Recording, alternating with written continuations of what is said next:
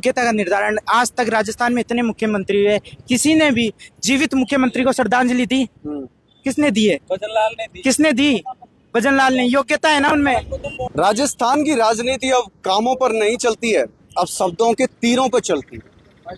चाहे वो शब्द विपक्ष की तरफ से हो, चाहे सत्ता पक्ष की तरफ से हो, चाहे सभ्य समाज में बोलने लायक हो या नहीं, लेकिन आज की राजनीति और राजस्थान की राजनीति इसी पर चल रही है। और इसी को लेकर राजस्थान की राजनीति के गलियारों में हलचल तेज है।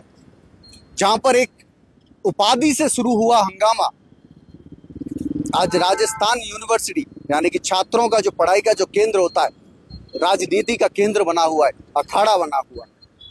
जहां पर बैराणा धाम में आरएलपी की रैली में आरएलपी सुप्रीमो हनुमान बेनीवाल ने मुख्यमंत्री भजनलाल शर्मा के लिए कुछ शब्दों का प्रयोग किया और उनको एक उपाधि से नवाजा। उसी उपाधि को लेकर के जब विपक्ष यानी कि जो सत्ता पक्ष में है भाजपा सरकार, उसके मंत्रियों ने पलटवार किया। पलटवार करने पर आरएलपी कार्यकर्ताओं को बात नागवार गुजरी और उन्होंने उसके उपरांत अपना प्रदर्शन आज राजस्थान यूनिवर्सिटी में किया। और उसी प्रदर्शन में हमारे साथ आरएलपी के कुछ कार्यकर्ता शामिल हैं, छात्र हैं।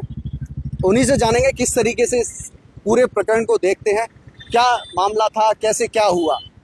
जब कल पुलिस प्रशासन की नज़र में यहाँ पुतला फूका गया तो पुलिस प्रशासन ने कोई कार्रवाई नहीं करी, और जब आज आरएलपी पुतला फूकने आती है तो पुलिस प्रशासन उन पर लाठियाँ चलाता है, पगों पर लाठियाँ चलाई जाती है।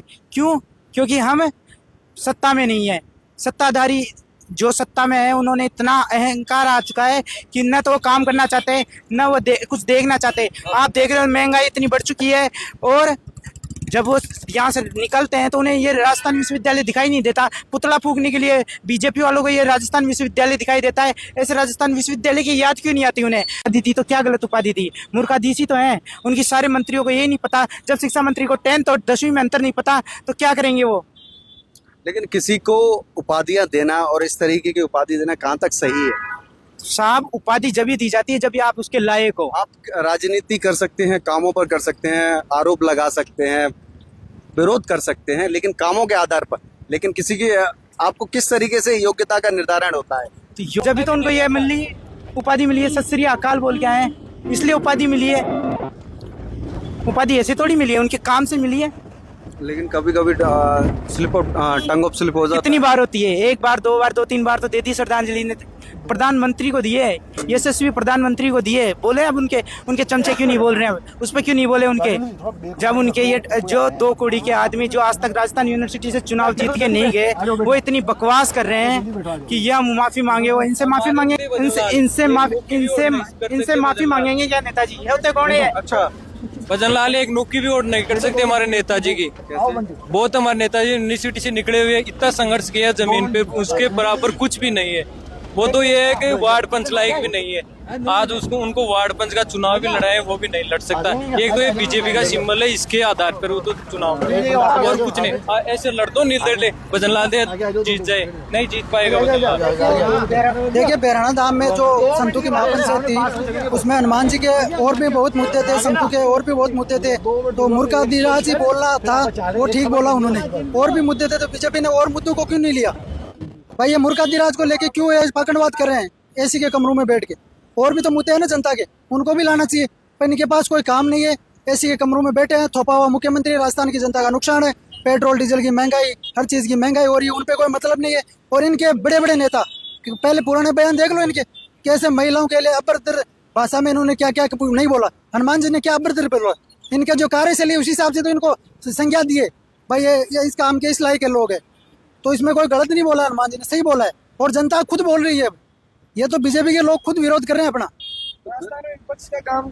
राजस्थान में विपक्ष का काम केवल आरएलपी कर रही है, बीजेपी का कोई आधार नहीं है। ये जो प्रदेशाध्यक्ष है जो बोलते फिर रहे हैं, इनका कोई नहीं है। ये राजस्थान यूनिवर्सिटी से चुनाव हार के गए थे हमारे नेताजी। 1997 से राजस्थान यूनिवर्सिटी के अध्यक्ष रहे। रात को 12 बजे हमारे नेताजी के लिए कोर्ट के ताले खुल जाते हैं, तो वो क्या चीज़ है? हमारे नेताजी ने जो बयान दिया वो सोच समझ कर देते हैं, और आगे भी हमारे नेताजी ने बहुत बयान दे चुके हैं। वो उनके जो सही है अड़िग रहते हैं उनके बयानों पर आज तक माफ़ी नहीं मांगी, और माफ़ीनामा हमारे नेताजी की हिस्ट्री में नहीं है। हमें इस भजनलाल सरकार को और प्रदेश सरकार को कहीं भी जरूरत पड़ेगी तो भाजपा के जो युवा नेता ये बोल रहे हैं, उनको ये अपनी मुख्यमंत्री की बदनामी खुद कर रहे हैं। वो जो काम की बातें थी उनके ऊपर तो उनका फोकस है नहीं, और ये बयान था, उस बयान को उछाल के वो अपने मुख्यमंत्री की खुद बदनामी कर रहे हैं। और ये जो उपलब्धि प्रसिद्धि, लेकिन बयान भी तो सही नहीं था ना। किसी को आपको अगर मूर्खातिराज बोला जाए ठीक लगेगा आपको? नहीं, अच्छे बयान दिए थे, उनके ऊपर तो कुछ बोल रही नहीं है। काम के लिए जो बोला था वो काम कर रहे नहीं है। ये एक जो बयान था वो बीजेपी के जो कार्यकर्ता है जो चर्चा में नहीं थे, उनको चर्चा में लाने के लिए, वो अपने आप को साबित करने के लिए बाजार में लगा दिया, काम पे लगा दिया सारों को। तो जिस तरीके से देख सकते हैं कि आरएलपी के जो कार्यकर्ता हैं, जो छात्र हैं, वो जो आरएलपी से जो जुड़े हुए हैं, उन्होंने आज ये विरोध प्रदर्शन किया क्योंकि यहाँ राजस्थान यूनिवर्सिटी पे कल हनुमान बेनीवाल का पुतला फूका गया था।